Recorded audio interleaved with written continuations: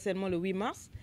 Et donc, dans ce cadre-là, tout le monde sait que Lady Sonia, c'est une puissante avocate de la cause féminine.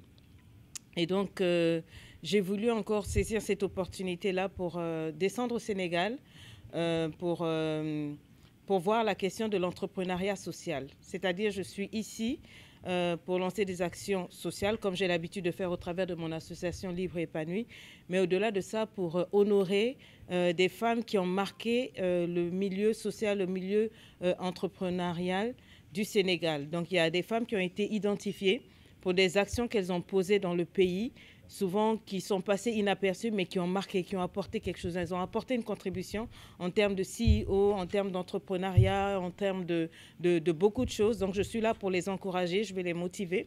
Il y aura une grande activité qu'on appelle Honneur aux dames, où je me ferai le plaisir, avec quelques grandes dames de la place, d'honorer, de célébrer, de récompenser ces dames-là qui se sont élevées en distinction dans ce pays par quelques actions.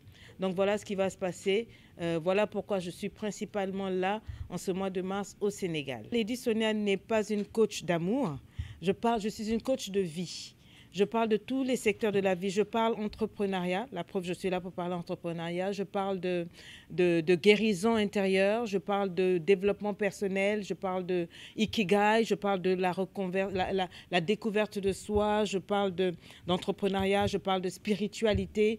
Je parle de beaucoup d'autres choses que de l'amour. Le coaching, c'est pas que de l'amour, mais c'est vrai que ça, c'est mon champ de prédilection. Quand je me mets à vous parler d'amour, alors là, vous tombez forcément en amour, ou vous vous réconciliez, vous cherchez quelqu'un à côté de vous. D'accord? Donc, est-ce que je suis malgré tout happée par les hommes? Bien sûr. Les hommes qui ne comprennent pas le développement personnel, les hommes qui ne comprennent pas qu'une femme puisse dire aux autres femmes, levez-vous, vous pouvez être bien avec ou sans homme, vous pouvez vous en sortir, vous devez vous aimer avant d'aimer qui que ce soit, être en priorité sur quoi que ce soit. Oui, il y a des hommes qui ne comprennent pas, qui me happent, mais j'ai beaucoup plus d'hommes qui me soutiennent, qui m'encouragent et qui sont ravis de ce que je fais. Il n'y a pas longtemps, je trouvais des chiffres où on me disait qu'en Afrique, 70%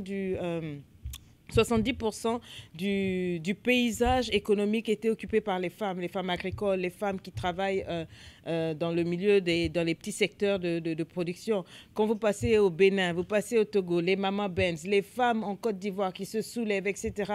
Et au Sénégal aussi, justement. C'est pas anodin que j'ai choisi de venir au Sénégal, justement. C'est parce que les femmes ici ont marqué un peu les statistiques en termes d'entrepreneuriat, etc. Donc, je suis charmée, ravie, fière, mais je trouve que ce n'est pas assez. La preuve, quand je regarde le calendrier où on ne donne qu'une date de 8 mars, je me dis que c'est très peu pour tout ce que les femmes font. Avec toutes ces avancées-là, on peut faire plus. Et pour moi, ça serait le rêve, c'est qu'on donne aussi 50-50 les femmes à tous les postes de décision dans les pays. Donc, le travail est long. Il ne faut pas dormir sur nos lauriers. Les femmes se sont levées, mais il faudrait qu'elles soient accompagnées, que les médias accompagnent, que les politiques accompagnent, que les lois, la législation aussi accompagne et qu'on pousse les femmes à avoir vraiment ce dont elles méritent. L'allure à laquelle les femmes se sont lancées, elles ont maîtrisé, elles ont compris que elles peuvent être actrices plutôt que spectatrices du développement de notre continent, du développement de nos pays, du développement de nos vies. Et on ne peut que s'attendre au meilleur. Quand une femme se lève, c'est une nation qui se lève. Quand une femme se lève, c'est la vie qui prend vie. Voilà, donc je suis très, très positive, très encouragée. Je sais que de bonnes choses vont arriver et tenez-vous là, observez, assurez-vous en tant que personne des médias d'accompagner les femmes et ça ira encore plus vite. Alors aujourd'hui, je sais, vous êtes sur les réseaux sociaux aussi, vous allez sur les réseaux sociaux, vous verrez que tout le monde est devenu coach.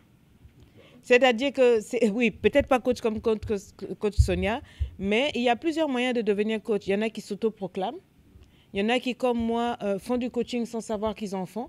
Et après, ils sont reconnus par des instituts certifiés et qu'on oblige à être certifié parce qu'on trouve que vous avez vraiment du talent. Voilà comment je suis devenue coach. Mais pour moi, c'est parti de mon histoire personnelle. Mon histoire personnelle de grosses galères, de gros problèmes. Une jolie femme, mais avec beaucoup de blessures, de viols, de problèmes dans le foyer, etc., etc. Malgré une bonne vie de prière, malgré que j'avais l'argent, malgré que j'avais un bon travail, j'étais pas heureuse. Mais je priais beaucoup. Et plus je priais, plus j'étais frustrée. Donc je me suis dit, il y a quelque chose que je ne comprends pas. Il y a quelque chose que je ne comprends pas. J'étais tellement malheureuse que même mon mari qui était bien, qui faisait tout pour que je sois heureuse, souffrait. tellement malheureuse que je voulais tuer mes enfants, tellement malheureuse que j'étais au bord de la dépression, tellement malheureuse que je voulais me suicider, tellement malheureuse que j'étais incapable d'entreprendre. Et à 40 ans, je me suis retrouvée un jour face à face avec moi-même. J'ai dit ou je me tue ou je rebondis. Et sur le point vraiment de me couper les veines, j'ai choisi de rebondir. J'ai rebondi et je me suis dit, au-delà de prier, je vais ajouter quelque chose d'autre. Je vais aller vers le développement personnel. Je ne savais pas que ça s'appelait comme ça. Je vais aller vers moi-même. J'ai désappris tout ce qu'on m'a appris.